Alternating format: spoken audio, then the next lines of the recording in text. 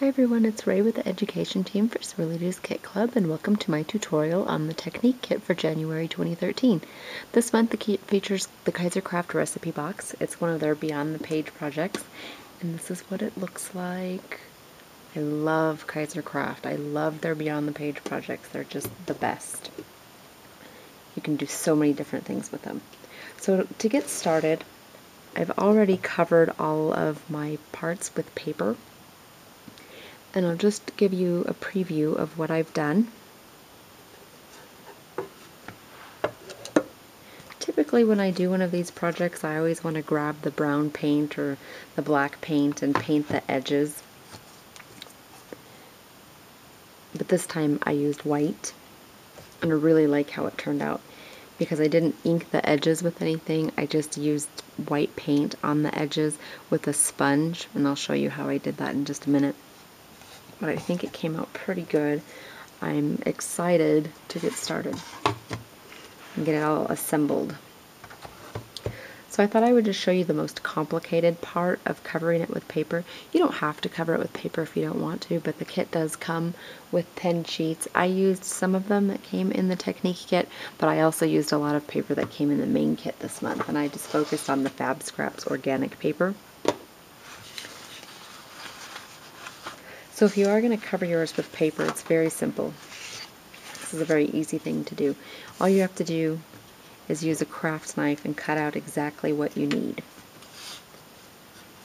So you just have to line up your piece of paper. Obviously make sure that this is the bottom and this is the top. So you want to make sure that your paper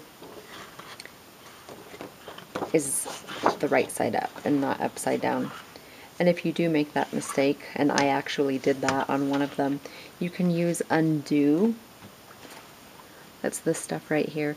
And it works excellent to get anything that's sticky off. I use Zip Dry on this, and you can take it off, and it's really amazing. So if you ever do have some sort of mishap, it's good to have that on hand.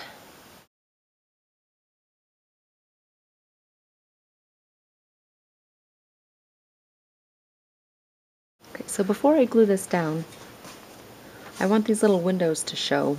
So I'm going to need to take the craft knife and cut those out too. Okay. So that's ready to be glued down, and it's really very simple. I like to use Zip Dry for a couple of different reasons. The first one is that if you get too much glue on here, then it will come up from underneath the paper, and then you can just roll it off. It's not going to make the paper mess up at all. I've done this before with Mod Podge, and if any part of the Mod Podge gets on top of the paper, I find that it rips the paper, which sucks. But Zip Dry is not going to do that. So you want to cover it about that much. You kind of want to get close to the edge as you can. Too much is okay, and I'll show you why. So you just line up your edges.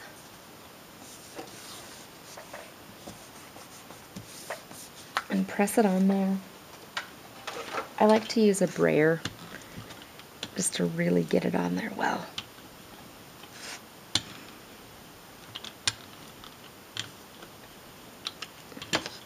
And you can see that some of the glue came up. It's totally fine. I'm just going to rub it and it's going to go away. The beauty of Zip Dry. And before I put on my other piece of paper, I'm going to take one of these basic gray precision files and file this around. And the reason why I don't want to adhere the other piece of paper to the other side is because if I get too wild with this file, then it's going to push it off. It's going to maybe even sand it off in the wrong part. So it's best just to do it one side at a time.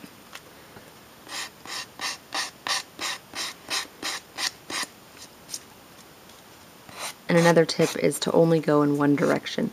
If you go back this way, you're going to pull your paper up. So always just go towards the wood. Okay, so that's pretty good around the edges. I can touch it back up with the white paint as I'm going to. And then for the inside, you want to do the same thing. Right, and now I'm ready to do the other side. And I'm going to put this sheet of paper on there because it's going to go with the rest of it. I decided to make all of the,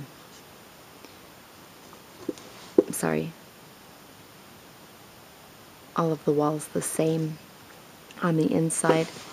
But when I do that, if I were to just adhere it, I'd have these ugly stripes. And while I love this paper, those stripes are so ugly and they don't match at all. So I cut out 2 pieces of the green, which is actually going to tie in the back and the other side, and also the top of the lid. So I have these 3 colors repeating, the green and the pinkish and the purple. So I'm going to put these for little windows in there so I don't have to see those ugly stripes. Oh, I hate them. What were they thinking?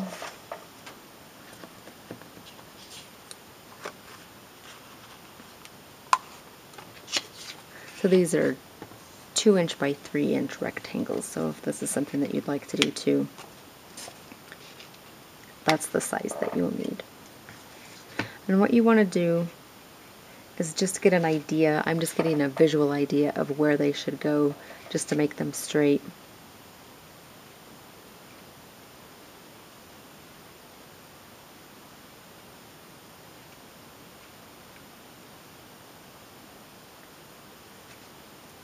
And then I'm going to flip it over just to make sure. I just like to do a lot of eyeballing before I actually put anything on, just so I can get an idea of where the little images are supposed to be in there, which one, what makes most sense to me, what looks best. I think I like that. Okay, so I have that memorized how I want that in there. And what I'm going to do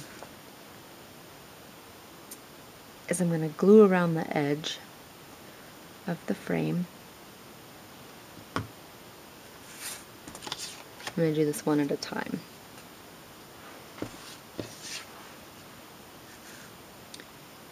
And I'm just going to line it up perfectly in there, and the glue will catch it however it's supposed to go. And the thing with zip dry too is that you do have some leeway, so if I put it down like that and I didn't like exactly how it was, it's not going to stick right away, and I can make sure I'm lining my script up. And before I actually commit and start smoothing that down, I want to make sure it's straight, and I want to make sure that it's not going off on the edge too much. Like you can see right there, you can almost see that that's at the end. You can almost see the light through there. I want to pull it down just a little bit, and the zip dry will allow me to do that. So that's what I love about zip dry. Alright, so I'm happy with that one, and I'm just going to repeat with the other frame.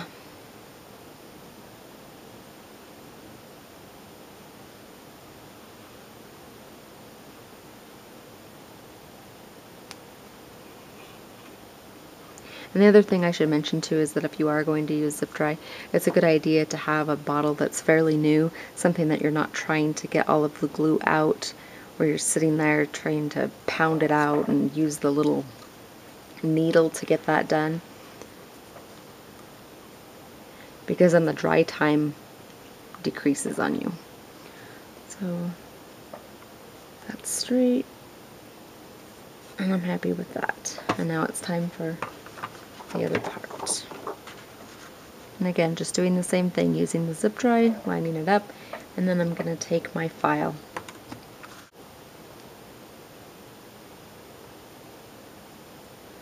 Okay, so I'm almost done with my sanding. I have one more part that I have to do, and I probably should have done that before on each of the sides instead of doing it all at the same time.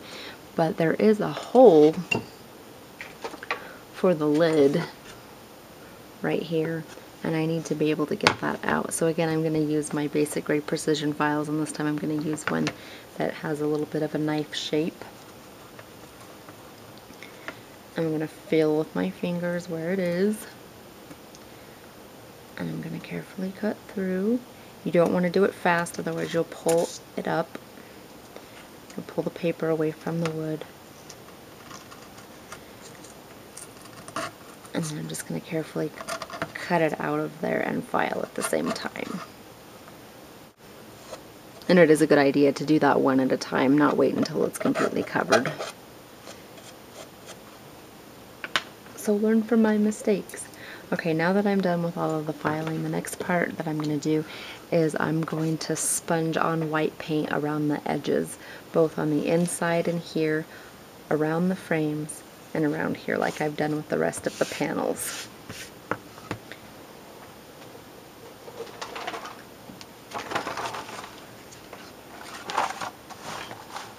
So I'm just going to use some gesso.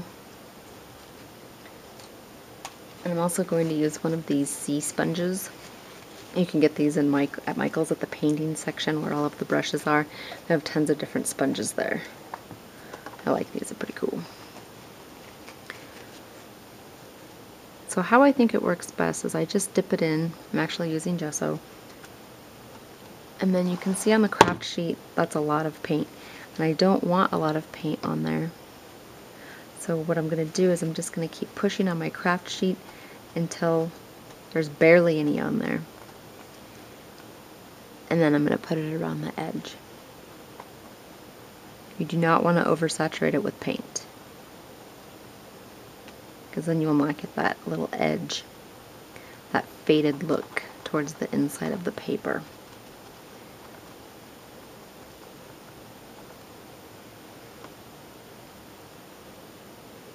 See, I did not do that. I should have. Try to correct my mistake here.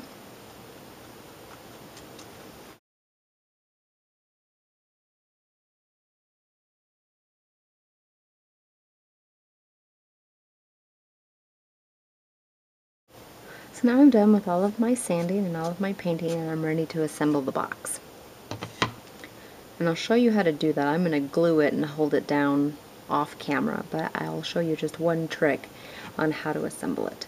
So you have these two holes here and these two holes right here. This is the back and this is the front. At this point it doesn't matter which one is which, but once you pick one, obviously you got to go with it. Okay, so here's my back.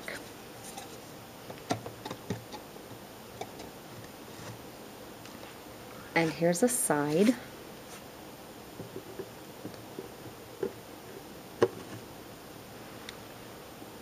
And I'll reassemble this off camera to put the glue down inside of here. You want to make sure that you've got glue on your edges right here. You don't need glue on the pegs because that's going to be hitting the ground, so you don't really, or whatever surface, it's going to be exposed on the bottom, so you don't need to put any glue on there. But you do need to put glue on these edges right here, and then on the edges of the pegs, these little short areas right here. So you've got that. So what you want to do is you want to put the back, one of the sides,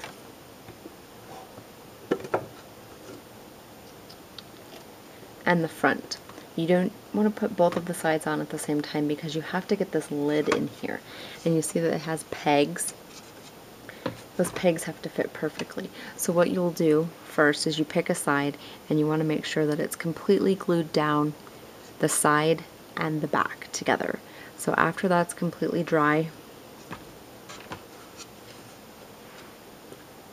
you put your lid in right here through that hole, put the peg in the hole, and then you would glue the other side, turning it around. No, the camera's not going to pick that up very well.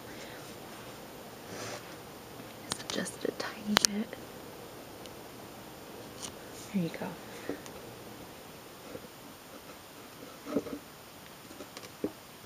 And it'll fit just like that. And the reason why you do want to glue one side down first is because if you don't, then you're going to have to be holding all of these things together. And I think it's just easier to hold one side at a time until it's finished. What I do is I take the zip dry and I hold it, and I really do hold it for about 2 or 3 minutes, and it's worth it because it sticks together and you don't have any problems afterwards. I've never had a problem with any of them coming apart. So after it's all assembled, I'm actually going to take some Mod Podge to seal this because it is going to go in the kitchen, and I'm sure that it will get splattered with grease or whatever else. So I'm going to do that, and then after I finish doing that, I'll come back and show you how I decorated the box. So I've sealed the box with Mod Podge, and now I'm going to show you all of the things that I did to decorate it. This is the top of the box, and what I started out with is I took a doily and I cut out the middle, and then I cut off the side so that it was cut off at the end. I didn't want the full circle on there. After I got done doing that, I used this die. It's brand new from Memory Box. It just came out this month, and I used some of the green paper that I had left over from one of the sides, and I used this chalk ink, or it's not chalk ink, it's dye ink, to put over it so that it would be darker, because the green was about this color right here and I wanted it to stand out a little bit. And after that dried, I used some stickles and I just traced it, so that's why it looks shiny. That looks pretty good. These are the flowers from this kit, and then these are the fairy tale roses that came in the flower add-on, and these are the little Say It in crystals that also came in the tech kit. Some things from my stash, this resin is from the kit too. Some things from my stash are this Tim Holtz curio knob. I just glued that on there because the screw wouldn't fit through the hole. You couldn't make a hole to where it would fit through there, so I did that. And then this is also from my stash. It's a Dusty Attic, sorry, I'm really tired. Dusty Attic wire dress form, and I painted that with gesso, and then I used the doily punch from Martha Stewart on some of the scrap pieces of paper, and then I made a little apron out of it and just used some string on there for a little tie. And then I used the pink ribbon like that, so it's flowing down. And so this is the front of the box. And I pretty much kept the same theme with the dress form and the flowers. So it's basically the same sorts of things. That is the resin piece from the kit. I turned it into a clock, and I used those from my stash. These are actually from a past kit. This was the chipboard that came in the kit, and I used brushed pewter distress stain on there, and then when I let it dry, I used some black soot distress ink and just wiped the ink pad over it to give it some dimension there to make it a little worn. And both of the sides look the same. And I'm just keeping with the theme again. I've got my resin pieces and I have the dress form, same technique there. And this little spoon right here is from Advantis. They came out with some vintage glitter a while back, and they were selling these little spoons to go with because you can mix the glitter, but of course I just bought them for embellishments because they're so cute. And I kept the back just plain. So inside the box, I haven't finished decorating it yet in there because I'm not quite sure what I'm going to do. I painted these with the Distress Stain, the picket fence, but it didn't really cover it that well, so I'm going to have to repaint that white. And I kept this top simple. It's hard to put it in here like this. I didn't put anything on there, and the reason why is because when you push it down like that, you're not going to be able to put any flowers because these will catch it. So I just kept that plain, and I don't think I'm going to do anything with that. And that's it. That is my box. Give you one last look.